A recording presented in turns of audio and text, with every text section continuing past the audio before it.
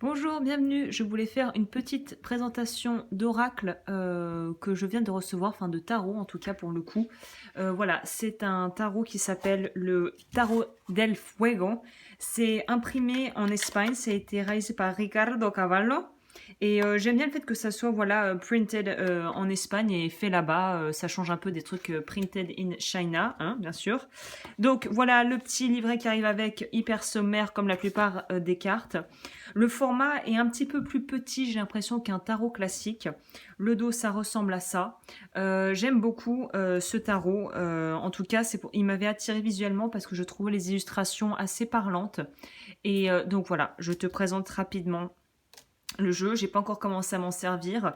Je pense qu'il est beaucoup plus profond. Il y a énormément visuellement parlant de quoi faire en fait pour pouvoir vraiment apprendre à l'apprivoiser. Je pense que c'est un tarot qui demande un certain temps pour être pris en main parce qu'il y a beaucoup de choses. Je pense qu'il a l'air un peu très voilà coloré comme ça, mais qu'il est un peu plus dark et à mon avis qui peut servir pour des choses un peu plus du travail un petit peu plus en profondeur que simplement voilà un outil à utiliser tous les jours, peut-être pour faire des tirages journaliers ou semainiers.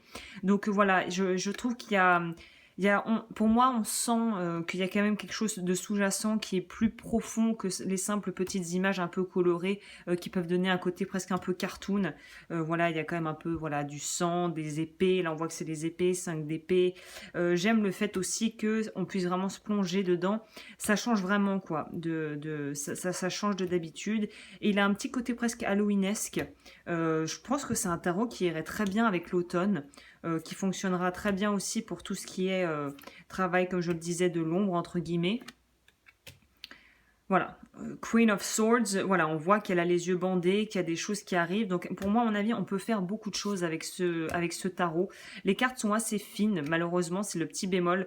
La taille un peu plus réduite, c'est pas trop un problème, mais c'est vrai que les cartes fines, bon, je verrai à la longue ce que ça donne au niveau de la façon dont ça vieillit. Euh, on n'est pas dans un, voilà, pour moi, dans un tarot qui est chaud, mais qui n'est pas, c'est pas quelque chose avec lequel je ferais des tarots, par exemple, des tirages sentimentaux, quoi.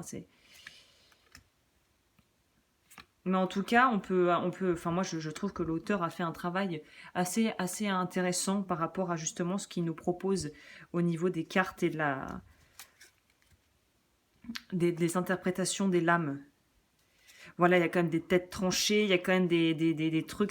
Il est un peu plus dark qu'il en a l'air de prime abord, quoi. Ouais, celui-là, il est un peu plus dark. Il faut de tout, hein. Moi, j'aime pas utiliser trop, me tomber dans les extrêmes et les excès, mais c'est vrai que je trouve ça bien aussi de pouvoir avoir un peu de tout, quoi, hein.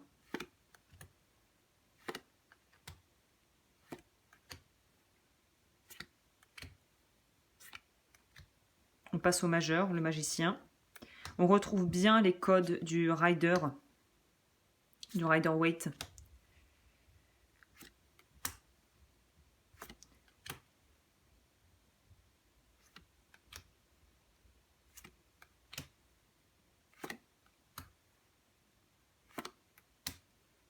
Si ça t'intéresse, évidemment, le lien sera juste en dessous en barre d'infos. Voilà, il y a des subtilités, on voit qu'il a la tête qui est pendue, mais en même temps, on voit qu'il voit à travers. Voilà, je trouve qu'il est très intéressant. À mon avis, ça va être un tarot qui va être assez intéressant à utiliser. On verra à la longue.